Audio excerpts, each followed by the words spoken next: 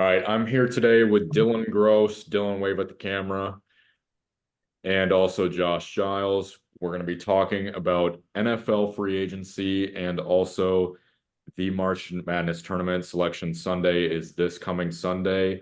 We're going to start off with the NFL though. So we're going to go the best three free agent signings. We're each going to say one. So free agency was happening earlier this week. Lots of moves to talk about. Dylan, I'm going to have you go first with your best free agent signing. All right. For my best free agent signing, I had Derrick Henry signing with the Ravens. I think this is a great move for the Ravens. I think that they utilize Gus Edwards pretty well in their offense. But I think if you put Derrick Henry in his place, it's going to be a heck of a lot more efficient for them. They can run a lot of options with Lamar Jackson and him. I mean, if they push it all, I think Derrick Henry would probably be a little better than Gus Edwards was with that. I mean, Derrick Henry's fallen off a little bit in terms of production, but part of it was the Titans not getting him the ball as much and completely eliminating him from the passing game. So I think a move like this for the Ravens is huge. It just helps their offense to not have to be so reliant on Lamar Jackson running it or throwing it. Just to actually have good, probably the best running back that Lamar Jackson's had in his NFL career, joining their team. Yeah, the Ravens seem to be a very run-heavy offense. I was definitely happy about the move because you know how I feel about Derrick Henry, having him on my Facts. team every single year. Uh, so mine is going to be Christian Wilkins to the Raiders. I really just, he's still 28 years old, 4 year, 110 million. That seems like a lot, but at the same time, if you line him up with Max Crosby on that front defensive line, I mean, the Raiders, that seems like a pretty good move to me. Especially after he signed that after the 49ers were showing interest in him. I don't know how the 49ers have any money whatsoever after last year with all those players. Um, but I think Christian Wilkins is probably the best signing. I was going to say Derrick Henry, but I didn't, I'll go Yeah, Christian Wilkins on that. they just released Eric Armstead, didn't they? The Yeah. Niners. Okay. Yeah, we saved some money there. All right. And then Josh, who is your top pick for the best free agent signing? Well, my best free agent signing is gonna have to be Patrick Queen to the Steelers. Not only are they obviously getting a great middle linebacker, but they're also stealing him from their division rivals in the Ravens. I feel like the Steelers have been missing that great linebacker for a while now. Obviously, the Steelers have the rich culture of their defense being good, and I think the way he plays really fits in with their culture and their system. Mike Tomlin guy. I think he'll be him and Cole Holcomb, good duo in the middle for Pittsburgh. It's very true. I think Holcomb's probably one of the most underrated players Yep, very in underrated. the NFL. So now we're gonna go to the worst three free agent signings. I'll start this one off. I'm gonna say Kirk Cousins. I like how Atlanta's finally getting a quarterback that's, Matt Ryan-esque a little bit. But, at the same time, 36 years old, coming off an Achilles tear. He's not Aaron Rodgers, he's not doing the weird voodoo stuff to fix it either. So, Kirko Chains, uh, 2 years guaranteed. That's the thing. That's the one part of the contract that's pretty good. I mean, it's still 4 years, 180 million, which seems just insane to me to be paying. Yeah. Although I did see they also signed Darnell Mooney, so he's getting some help. The dude's Hmm. wasted in Chicago, but at the same time, I just think coming off an Achilles tear at 36 years old, I feel like that's just not a very good value pick there or value I was contract. I was gonna just add that like his last year on that contract, if he plays it out, he will be 39 years old making $45 million, which is outlandish. So Yeah, Falcons just also traded for Rondell Moore today. that's true. They got Desmond Ritter off that team, so they're That's all always yeah, good. yeah, baby steps. they're all in on Cousins on that. Josh, you can do the next one on that. Well, my worst free agent signing. I'm a Vikings fan, so this one also might be a little personal, but it's Ezra Cleveland to the Jags. Yep. What did he get? Like 3 years, 30 some plus million.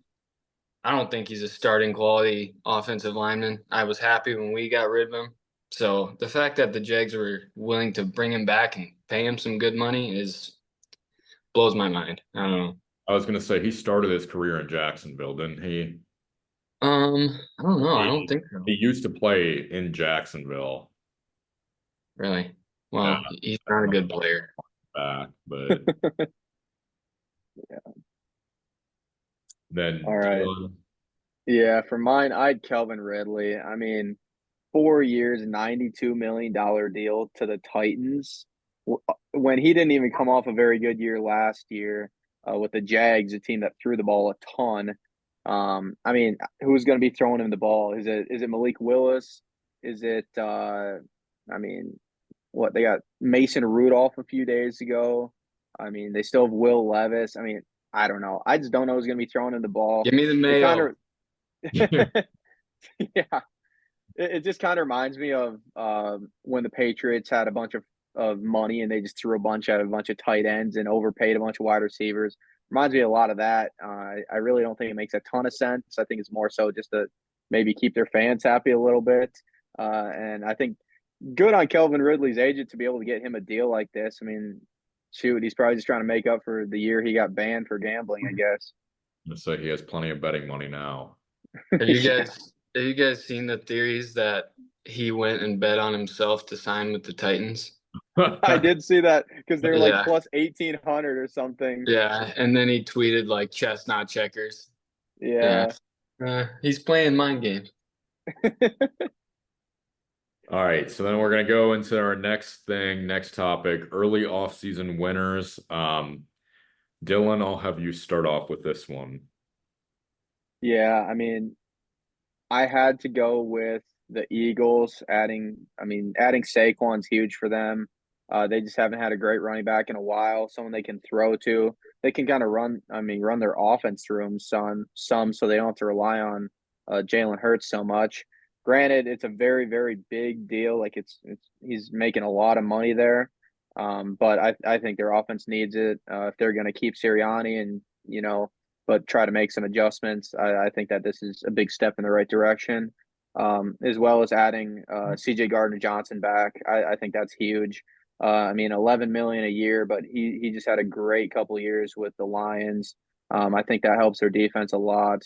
And then they also just signed Bryce Hoff to a really, really big contract too, which will just help their D line out quite a bit. So I think they'll be much better than they were this past year and probably be able to go on a deeper run than losing in the first round to the Bucks. Josh, I'll have you go next on this. Well, my team with the best offseason so far. Again, maybe a biased pick here, but I got to go with the Vikings. It's tough to discredit what they've done here. Um, Obviously, Aaron Jones, again, stealing away from a division rival, great player. And then you bring in guys like Jonathan Greenard, younger, cheaper than Daniil Hunter. But I Mhm. think one of the biggest low key signings for the Vikings is Andrew Van Ginkel.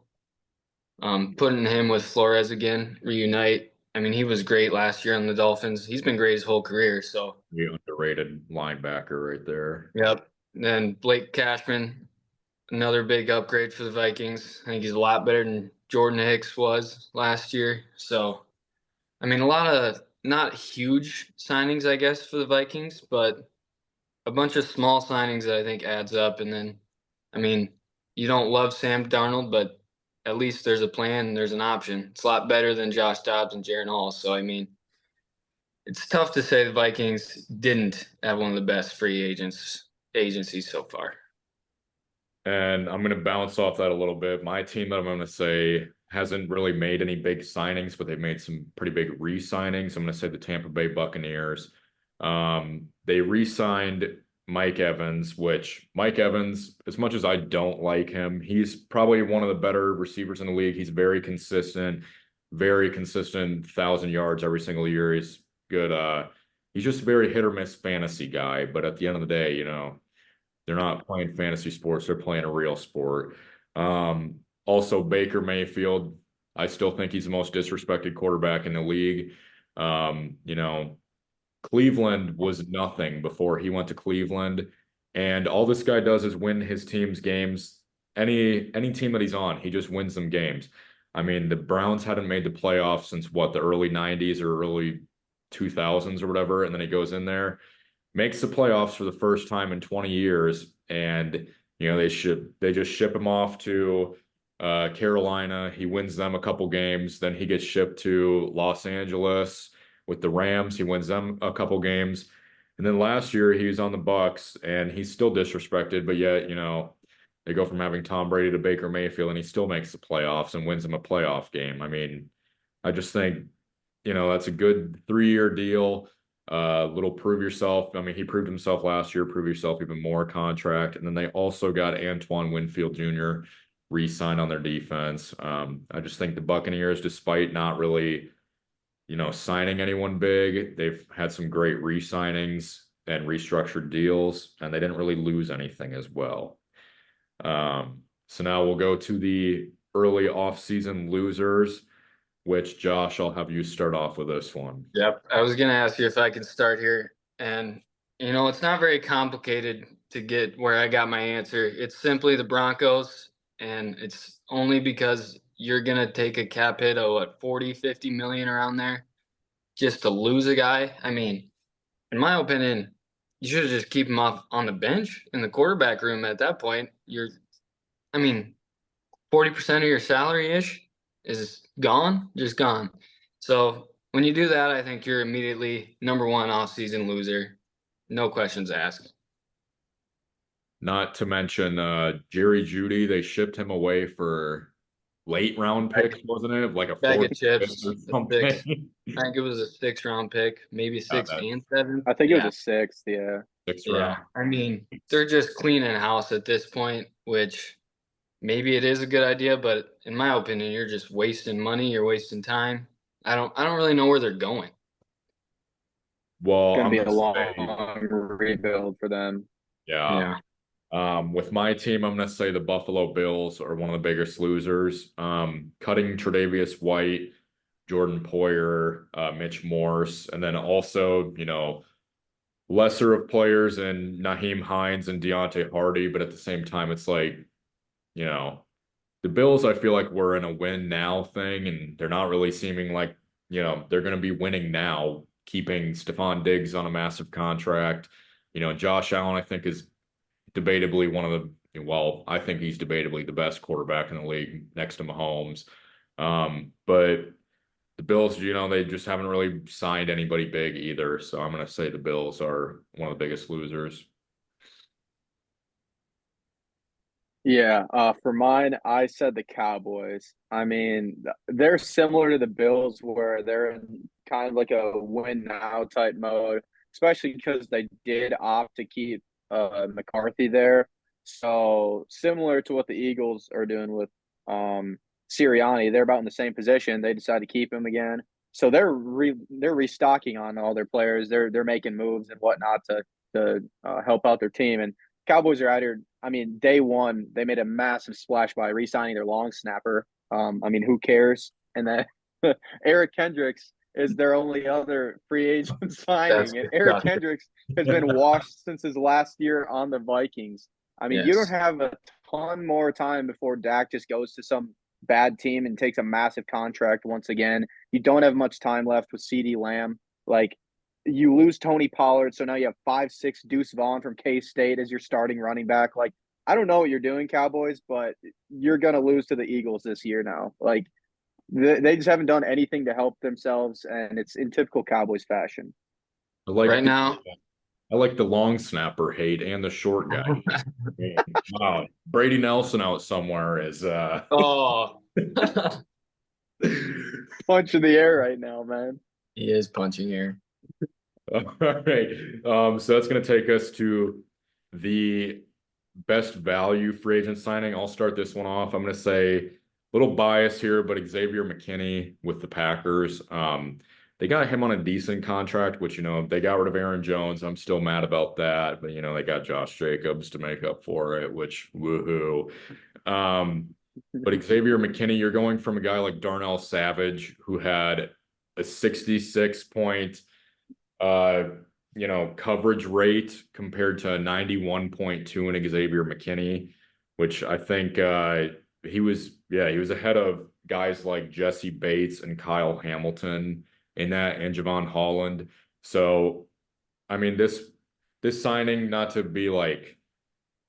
compare it to the Charles Woodson signing that the Packers had back in their days of the Super Bowl, but it's probably one of those type of moves when you go from Darnell Savage to Xavier McKinney on that one. So I think that's probably the best value free agent signing.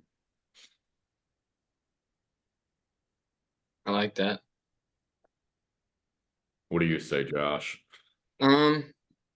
My best value free agent signing is actually going to be Frankie Louvu. I hope I'm even saying his name right. I believe I am.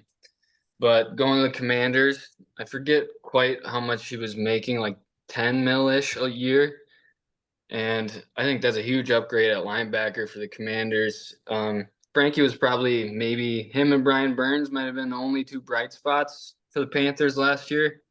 I swear, every time I turned on the Panthers game, 47 is the only one doing anything out there. He's flying around. I even looked at his stats: 120 some tackles, 5.5 sacks. I mean, he's going to cause chaos out there, and I think that was a great value get for the Commanders. And then Dillon. I mean, I had Austin Eckler, 2 years, $11 million deal to the Commanders. I don't think that. I mean, I think he could have got probably paid more elsewhere, although he didn't have a great year last year. But similar to Derrick Henry, they kind of worked him out by giving Joshua Kelly a bunch of touches and whatnot. It's not like he's going to go there and win a Super Bowl or anything, but I mean, with him and Brian Robinson, I mean, Robinson's probably going to get a bunch of the carries, and Eckler is going to get a ton of targets by whoever their quarterback ends up being. Once again, if it's Howell or whoever, but I think he'll get a good workload there, and I think they got him for relatively cheap. I could see a contender pay that much for him. So I was noticing the Commanders free agent signings last night when I was looking at it too. It just looks like they're signing a bunch of like washed players. I don't Yeah. remember yep. exactly who it was, but like Austin Eckler, I think he's a good running back, but he is getting a little bit older. The shelf life of running backs isn't super long. And then I saw like they signed Brandon Mm-hmm. Annis and another tight end or something. I can't remember who it was, but Zach Ertz. yeah, Zach Ertz, that's who it Yeah, it was was. Zachary. Yeah. That's it's a little bit questionable, but it's a questionable Yeah, franchise. yeah, yeah. Uh, Incoming midseason retirement for Ertz. yeah. So that's going to take us into March Madness. We have Selection Sunday this coming Sunday. So I believe 14 tickets have been punched for automatic bids. So out of the Atlantic Sun, you have Stetson. It's their first appearance. Montana State, they just clinched last night. They're out of the Big Sky. Big South, we have Longwood. Um, the CAA, Charleston, who's usually pretty good. Horizon League, Oakland, their first trip since 2011. Missouri Valley, Drake knocked off Indiana State, who a lot of people are questioning if they should make the tournament or not. Mm-hmm. The Northeast, it's going to be Wagner, their first trip since 2003. Ohio Valley with Morehead State, first trip since 2021.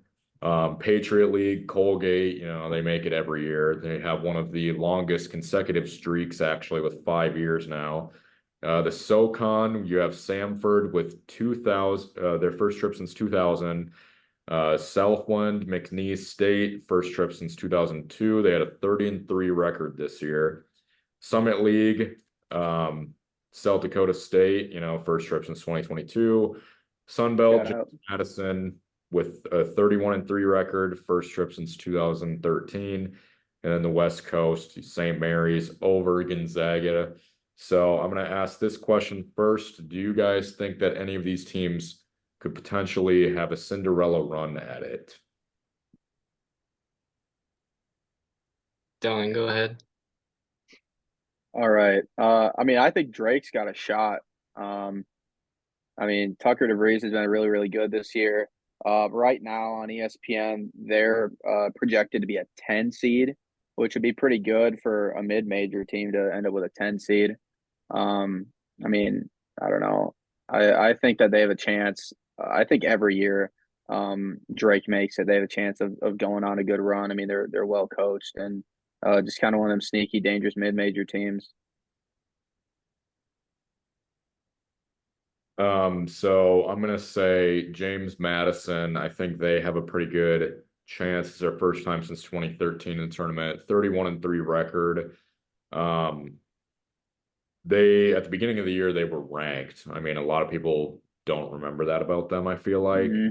Yep. Uh, but, a team out of the Sun Belt, who was Appalachian State, were they were supposed to win that one, weren't they? And then I Yeah, think Yep, I they got believe so. upset James Madison by did. Arkansas State, I think. Yeah, and then James Madison beat Arkansas State. Yep. Yeah.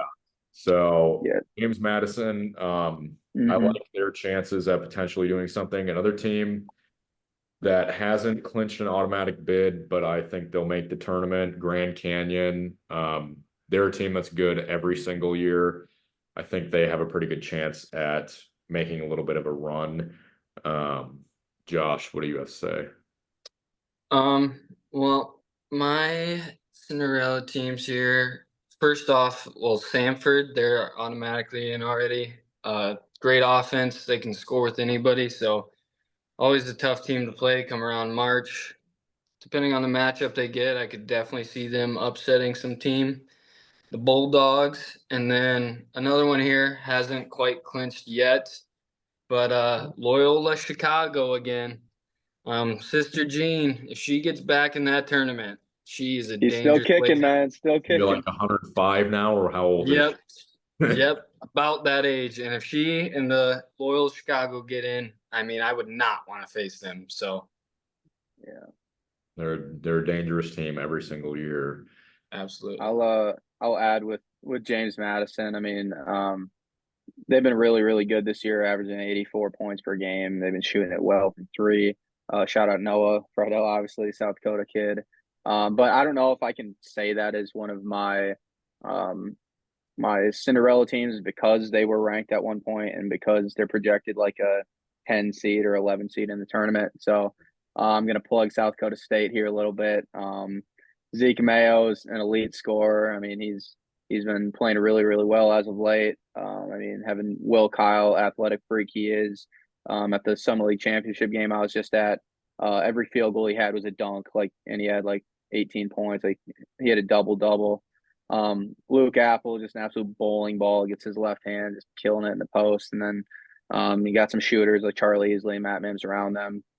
Depth is kind of an issue for them, but they're going to be scary for any one or two seed to have to face. So I just wanted to throw that out there.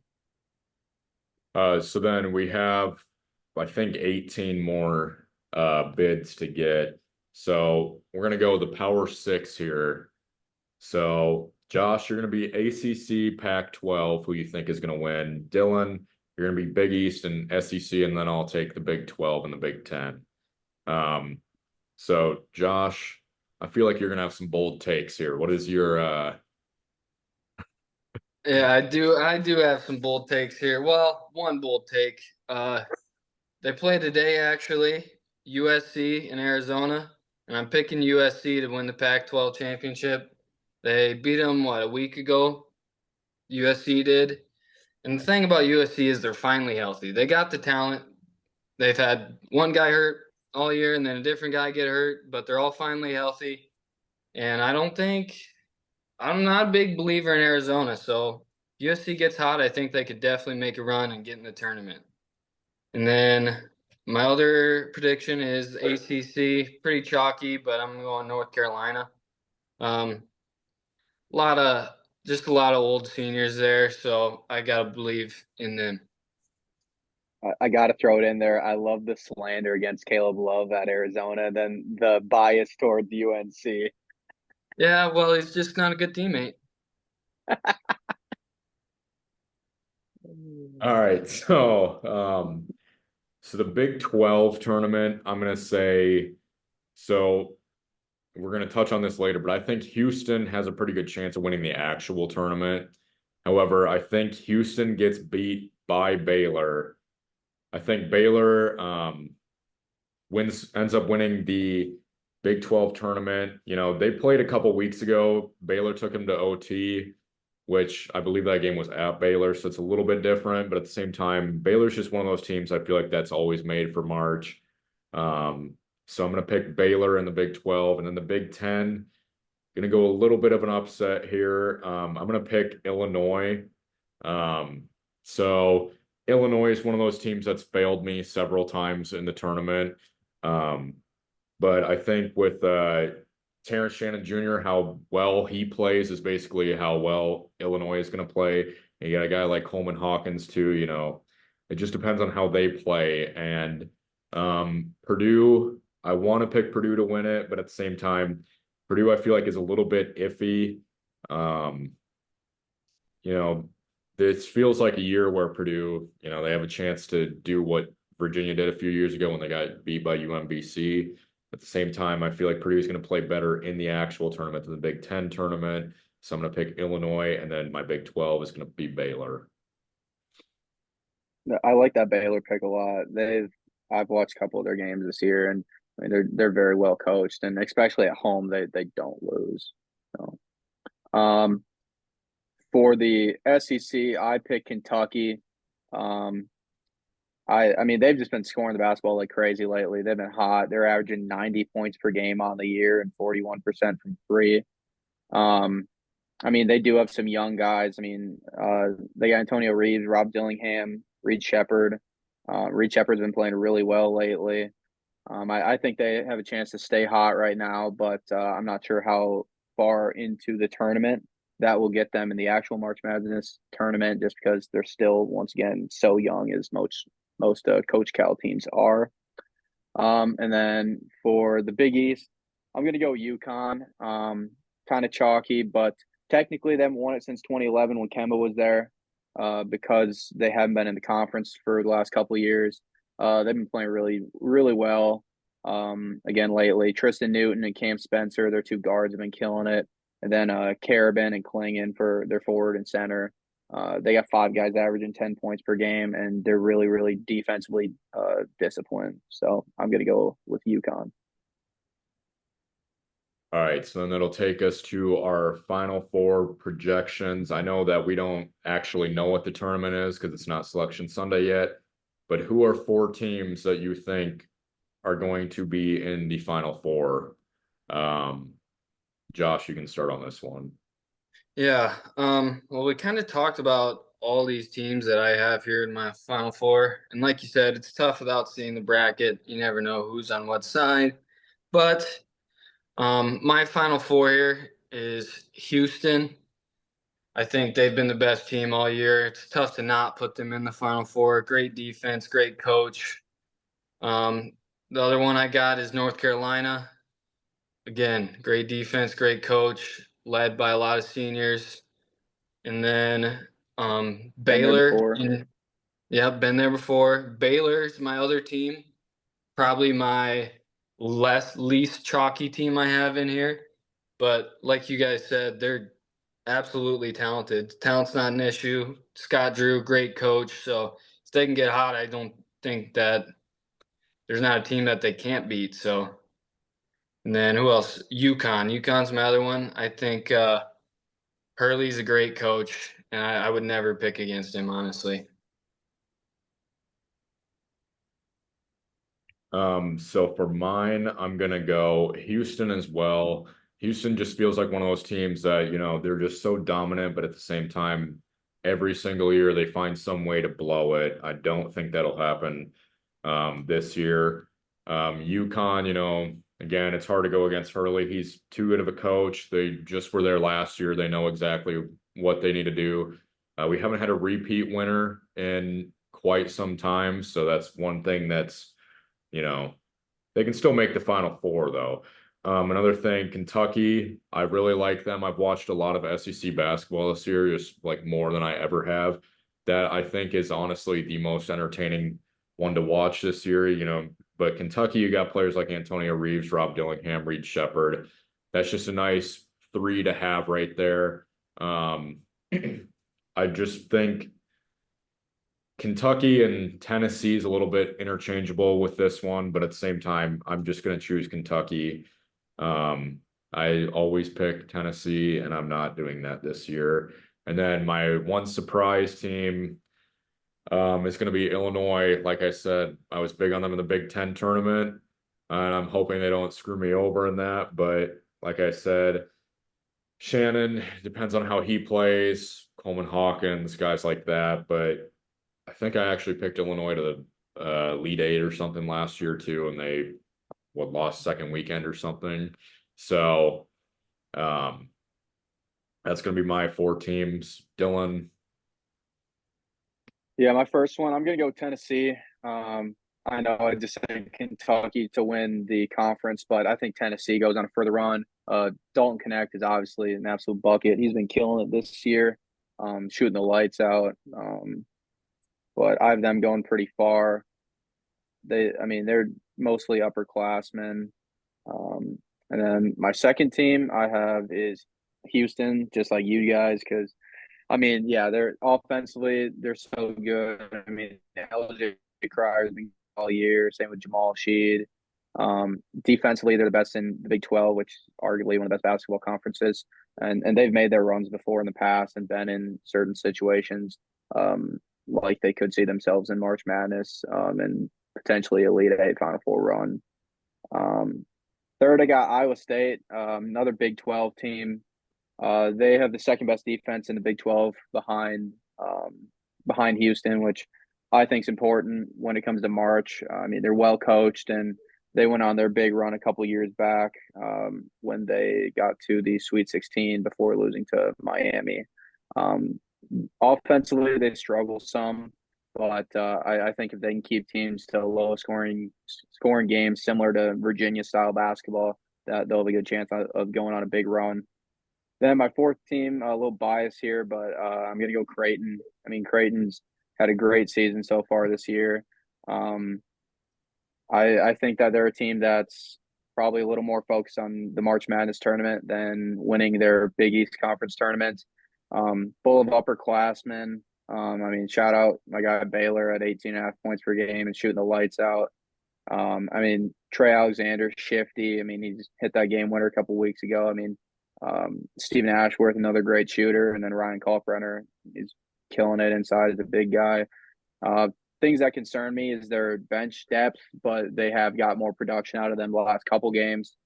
And then as well as if they do face a team with a good 3-point shooting big, as I was saying to you guys before, like Kalkbrenner, he plays drop coverage a lot. So I mean, a good shooting big can torch them, especially when their whole defensive philosophy is just to force everyone to the paint to the rim to let Kalk take care of it. So, but I mean, they have good enough shooters and scorers to go on a run, and they made a run last year to almost the Final Four. So. All right, so who is your winner out of those four, Dillon? Yeah, I didn't want to be biased and pick Creighton, and I really just didn't want to take Houston, and or Tennessee. So I ended up going and taking Iowa State. Big 12 teams in the tournament. I mean, the last couple of years of, I mean, Kansas and Baylor have both won it. So I think TJ is a good enough coach to get them into Final Four, potentially championship. So I said, hey, let's go ahead and pick Iowa State to win it. Josh, who is your winner out of your four? Well, I think to win the national championship, you need experience, good guard play, and good post play. You know who's got all of that? Is North Carolina. I got RJ Davis, great guard, experienced senior. Armando Bacot might be 30 years old, still still dominating college basketball. So when you combine all those factors, I think I got to pick North Carolina. A lot of biased picks from you today, Josh. Sounds like you're just picking your favorite teams for everything. No, I'm a smart man. All right, so mine, so just so you guys know, Houston is absolutely taking it to TCU right now, who is a tournament team. They're up 16-0 in their conference game right now. And TCU also beat OU yesterday, who was pretty good all year long until the very end of the season. They're also going to be a tournament team. 16-0. So I'm going to pick Houston. With guys like LJ Cryer, Jamal, they're too good.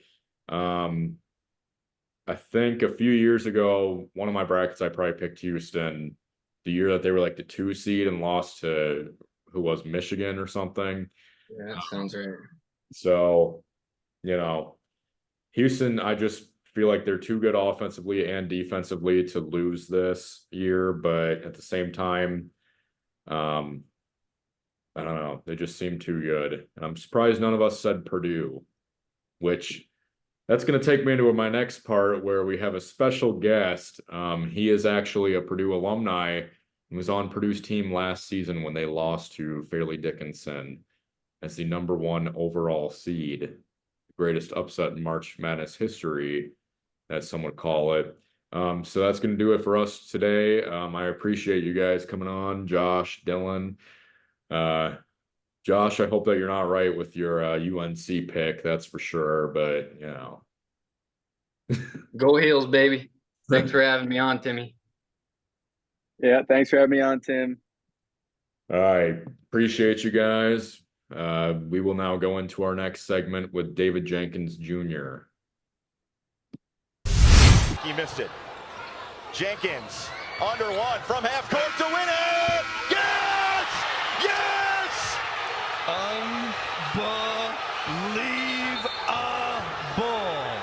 Smith, Jenkins, he buries it.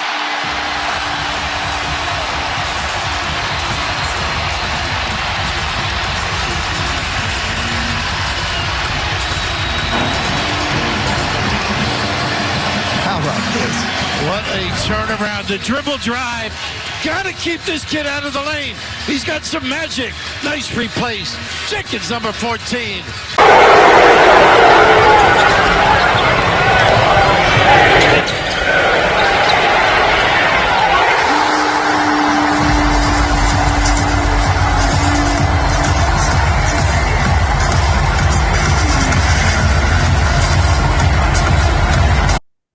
All right, and we are back. I'm here with a very special guest. We have David Jenkins Jr., alumni from South Dakota State, UNLV, Utah, and Purdue. So you just saw in the video that is the man that set the decibel record at the Mackey Arena, 123.2 decibels. That's 3 louder decibels than a jet plane. So David, I just looked up. I saw your player bio with Purdue. You're known as the shot clock killer. However, I did not know that you had the knack for beating the shot clock halftime buzzer with big shots, making 12 of 17 shots, around 71%, with the shot or game clock under 3 seconds. So, what do you have to say about that? I didn't know that stat either. That's pretty cool. Nah, man, I just felt like my coaches and my teammates gave me the confidence to be able to have the ball when the shot clock is going down because they knew that I was one of the ones that was able to get a bucket with the last couple of seconds, and they trusted me to do that as well. So I felt like whenever the shot clock was going down, they were looking for me, whether that was Zach coming to set me a high ball screen or me just kind of going ISO. But that all kind of goes back to the knack of scoring that I've always had ever since South Dakota State, really. Being able to, kind of create my own shot, break someone off the dribble, kind of just being able to go one-on-one in the right time. I just feel like when that shot clock is down, I'm that much more locked in, man. But that is a pretty cool stat, though. I didn't know that.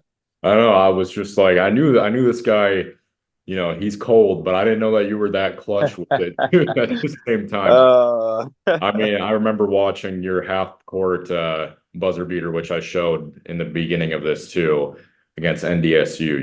You're just made for those moments. So that'll bring me into how did it go from playing with players like Mike Daum, who was one of the most, prolific basketball players at a smaller school to playing with someone like Zach Edey, who's, notably one of the best players in the nation, like at a big school like Purdue. Sure. Obviously two completely different players. So getting used to them was interesting, I'd say, more than anything, because obviously they're two bigs but completely different. So Mike Dom was a prolific scorer. And to me, a prolific scorer is someone who just scores at like all different levels, can shoot the three, shoot the mid range, could post you up a little bit. Mike had all that. Like he could do it all from a high level. And it was and I honestly believe even if Mike played at a higher school, I believe he'd be able to do the same thing. Maybe not exactly to that extent, but he'd definitely be able to do that. Because he's just like me, he has a knack for scoring, but he's 6'10" and can do it. So he was unstoppable, really. And it was honestly so fun playing with him because sometimes I'm just so like excited to even see this guy get a bucket because I'm like, this guy is really that good. And then going and playing with Zach Edey, again, obviously 7'4", 300 pounds, just a completely different animal. A lot of his buckets, 99% of his buckets are down low with jump hooks or, just kind of backing someone down under the hoop and dunking on him or something like that. So he's obviously a really, really high level sender in the college level, but two completely different scores. Both can get you 30, 40 at any given night, but they're doing it different ways. Mike's doing it from the 3-point line and then the inside. Zach's doing it just straight dominating the inside. So, but being able to play with guys like that really like opens your eyes and you be able to see how guys are really that good and they can do it at different scoring levels. But I had no doubt in my mind that if Mike Dom was at Purdue, he would be able to still get 20, 30 points, whatever the case may be. It may look a little different because the competition's a lot higher, but when you're a scorer, man, I feel like you can score at any level, no matter high, mid, low majors. You got that knack and you're gonna be able to get a bucket regardless. Yeah, I completely agree with that. So another thing, I don't believe you did make the big dance with UNLV or Utah when you played at either of those. So how important can having momentum in a conference tournament / bracket carry over into the big dance itself? Yeah, it can mean everything because to be honest, you could go. What's cool about the conference tournament is it gives you a chance to make it to the tournament. So essentially, let's say you're at the bottom of your conference in the regular season and you have no chance of going to the tournament, but for whatever reason, you guys just turn it up a notch and you end up winning the conference tournament. Any conference tournament you win, that gives you an automatic bid to go to the tournament. So hypothetically here, when I was at Utah or UNLV, we weren't at the top of the conference. We were at the mid to bottom. But if for whatever reason we would have won the conference tournament, then we would have got a ticket punch to the NCAA, which I think is pretty cool. But to be able to win those conference tournaments, it gives you a huge momentum swing going into the NCAA tournament because it lets you know that you guys are focused. Majority of the time you have to win at least 3 games, if not 4, depending on your seed of the conference tournament. So you get 3 or 4 games in a row, man. That's a good look for yourself and for your team. It gives you the momentum to go into the tournament with some confidence, some swag to be able to like win the next team. Now, obviously, it's March Madness, so you can't go in thinking you're going to beat anybody.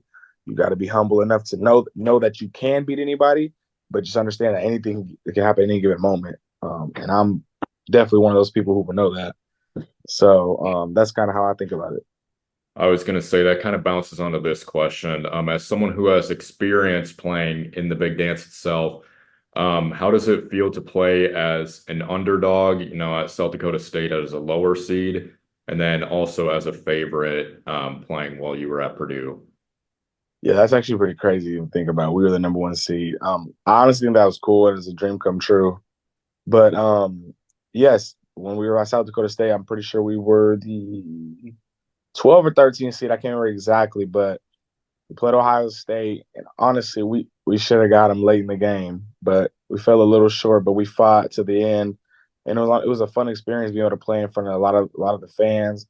And what's cool about it is a lot of the fans are not even yours per se. You or the other team are just fans from all over, just love basketball, just want to come watch the game. And I thought that was pretty cool because regardless, it was lit and it was fun and it was definitely an experience. And then going and being the number 1 seed, you're the one with the target on your back. And you got everything to lose when you're the number 1 seed. When we were at South Dakota State, we had nothing to lose. But So I've seen both ends of it, and I've seen that, when you have nothing to lose, though, you almost play like more freely and with more confidence. But when you got something to lose, you have to be real tight with the game, and because you don't want to lose to someone you're not supposed to. Yeah. Yeah.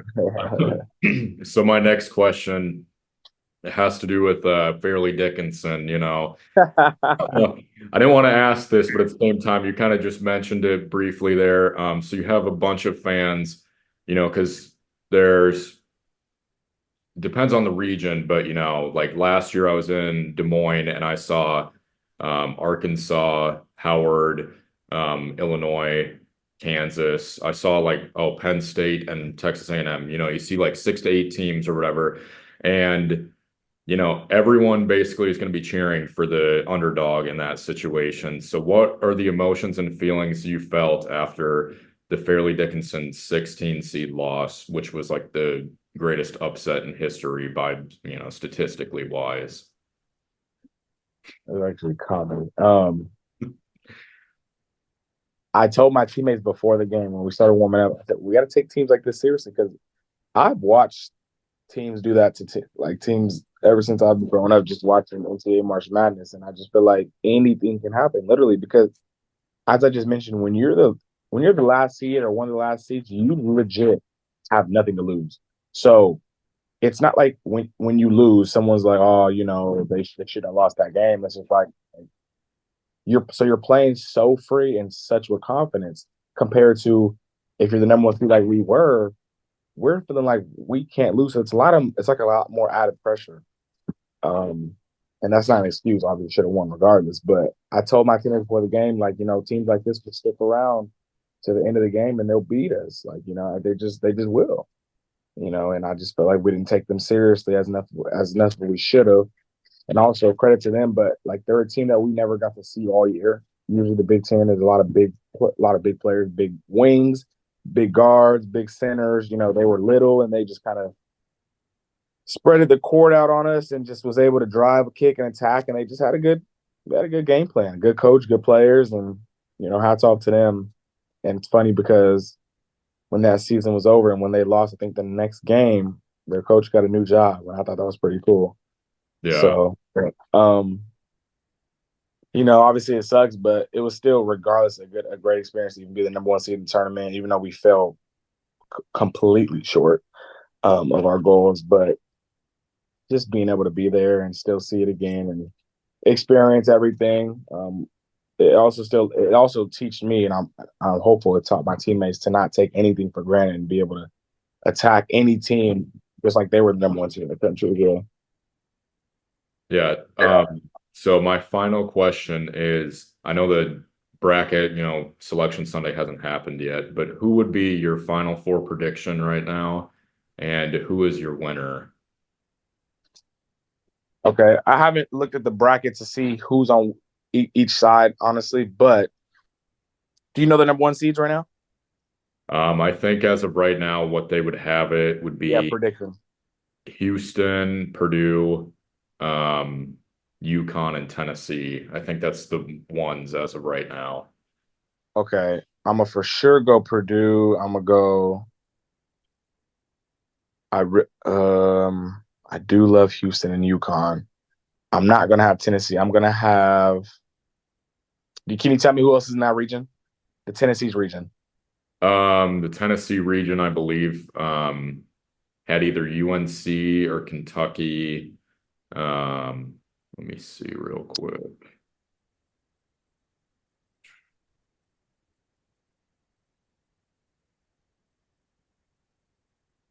I think it has Kansas as well. I'm gonna go. I'm gonna go Purdue, UConn, Houston, and Kansas. Kansas. So you think Yep. Kansas, with their injuries and everything, they're gonna? I I think mean, it's still is in March. is my man still hurt or is he hurt? The center from he transferred in. McCullough's hurt, and then Dickinson is also. That's what I was gonna say. I wonder if he comes back. If they come back, I think they have a chance. Otherwise, it did just update and it says Arizona's the 2 in that one now. Baylor's the 3. Illinois is the 4. BYU's 5. So that's BYU. Wow. we're currently getting killed by Texas Tech, though. I love Arizona too. That's a good one too. Arizona's good. I'll say this: if Kansas can have other injuries back, then I'm going Kansas because they're dangerous, and Hunter Dickinson is very dangerous. If not, I really like Arizona. Okay. And then out of those four, who's going to be your winner? Purdue. Purdue. Come on, baby. I figured. Come on, baby. I look. I say that for two reasons. It may be a little biased. Yes, obviously I went there. However, I do think that they're on. I think they're on different timing this year. I think they're on a mission. I think they learned from the mistakes that we made last year, and they're not gonna take nobody for granted. Because essentially, here's the thing: what I learned about us, and this is not a biased answer or a statement, I should say. We were like, sometimes I feel like the team is the number one in the country. They are like very, very beatable. Well, everybody's beatable, but I just think sometimes like they're not number one in the country, really. But we were legit number one in the country. We beat every really good team by like a large margin. When we went to the Nike Invitational Tournament in Portland, we played Duke. We beat them by 30. We played Gonzaga, beat them by 30. West Virginia was a really good team at the time, beat them by 15 or so. Beat Marquette. They were really high ranked. Like we beat every really good team by large margins. And I just think we were that much better than everybody, to be honest. So I really do think like if obviously we didn't choke. I mean, there's a lot of what ifs and all that in this life, but if we would have beat, our Froehlich Dickinson, I really think we would have got to the national championship and won it because I just think we were that good last year. However, I think Purdue is again that good, but however, they're going to go in with a different mentality this time. So, and they're not going to take no one for granted because I'm almost sure they learned from mistakes. A team that we can compare is, I believe it was Virginia. I was just going to say that was my next point was that Virginia, the year that they lost to UMBC, that was the first 16-1 upset. And then the next year they ended up winning the championship. So, so I do know it's possible. And they know about that story as well. So I think they'll have that in the back of their heads and they're definitely going to go a lot farther this year. And then I wasn't going to ask another question, but since you said you're not biased with Purdue, I just want to ask, do you think that this is the year that SDSU finally wins a tournament game? I really do, and I really hope they do. Man, because we were so close my year. Oh, yeah. It's funny, this is a negative, but it has to do with what you asked earlier about the 16-1 seed type of thing. So when I was at South Dakota State, we were the number one seed in conference going into the conference tournament. And a week or so before the conference tournament, we played Western Illinois. We beat them by maybe 40. We played them again the first game of the conference tournament, we lost. That just goes to show you things can happen in March like no one's ever seen. Like it honestly, now that I'm thinking about that, it's crazy. But what sucks about those leagues is they're one bid league. So you can run through the conference, which we did. I don't even know if we lost in the conference, but we ran through it and then we lost in the conference tournament and then you don't go. That's what sucks. That's why I didn't go to a small school my last year because if that happened at Purdue, if we ran through our conference, lost the conference tournament, it doesn't make a difference. You still go. Yeah. But to go back to what I was talking about, I really do think that they're going to get a conference tournament. An NCAA win. I think they're going to get past the first round. I really do. I thought they were going to do it. Was it 2 years ago when I was playing at University of Utah? I think they played Providence, maybe. Providence. I thought they were going to do it then, as well. But I really do. I think they got the pieces this year to make something happen. All right. Well, I appreciate your time today and everything. Appreciate all your answers. That's going to be it for this podcast. Thanks for coming in, and you have a nice rest of your day. My man, grateful for the opportunity. I appreciate it, man. Yep. Thank you. Best podcast in the country, baby. All right, man. Yep. Thank you. See ya. See ya.